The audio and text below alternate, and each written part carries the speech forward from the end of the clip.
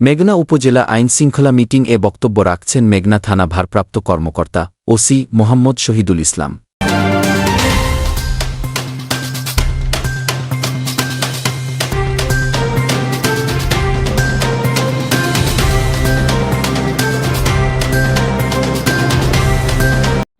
আসামিকে গ্রেপ্তার করে বিজ্ঞ আদালতে সুপর্দ করা হয়েছে।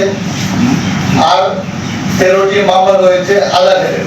এই মামলাগুলো হচ্ছে একটি চুরি, স্যার বলছেন এটা হচ্ছে আমরা একটি চুরাই ট্রাক, 2 জন চোর এবং 2টি চুরাই গরু সহ উদ্ধার করে বিজ্ঞ আদালতে সুপর্দ করেছি।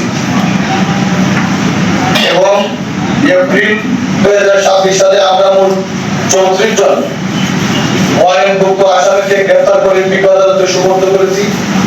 এছাড়া বিভিন্ন মেয়াদে সাজাপ্রাপ্ত আসামিরা আমাদের অভিযানে মহামান্য হাইকোর্ট থেকে জামিন নিয়েছে এবং বর্তমানে জামিনে আছেন। একটি বিষয়, আরেকটি বিষয় হচ্ছে সাব্বির হত্যা মামলা বাপ ছেলে যে খুন করছে তার বাবা যে ধরে রাখছিল তাকে আমরা সাথে সাথে অ্যারেস্ট করে বিজ্ঞ আদালতে সুপর্দ করেছি। 2টি বিষয়।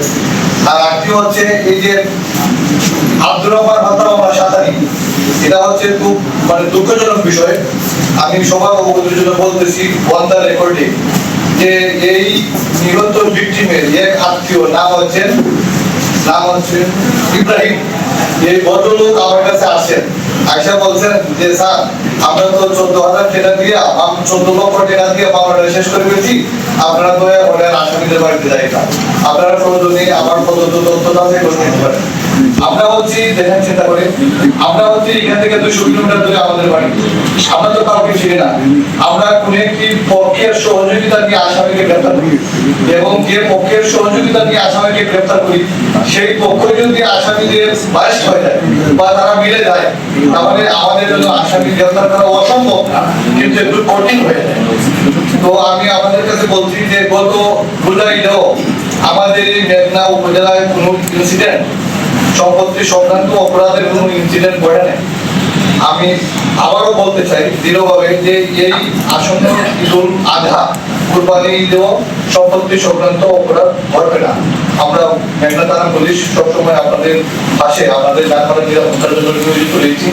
আমি সন্ধ্যার পর থেকেই আমাদের যে মেঘনাতে যে প্রবেশ এবং প্রস্থানের যে 2টি দরজা আছে রোড, একটি হচ্ছে এই যে মাথাবাড়ি ব্রিজ আর একটি হচ্ছে এদিকে ফ্রেশ কোম্পানির দিকে, ওই দিকে আমরা 2টা চেকপোস্ট সবসময় থাকে। ইনশাআল্লাহ কোনো ইনসিডেন্ট মেঘনাতে ঘটবে না।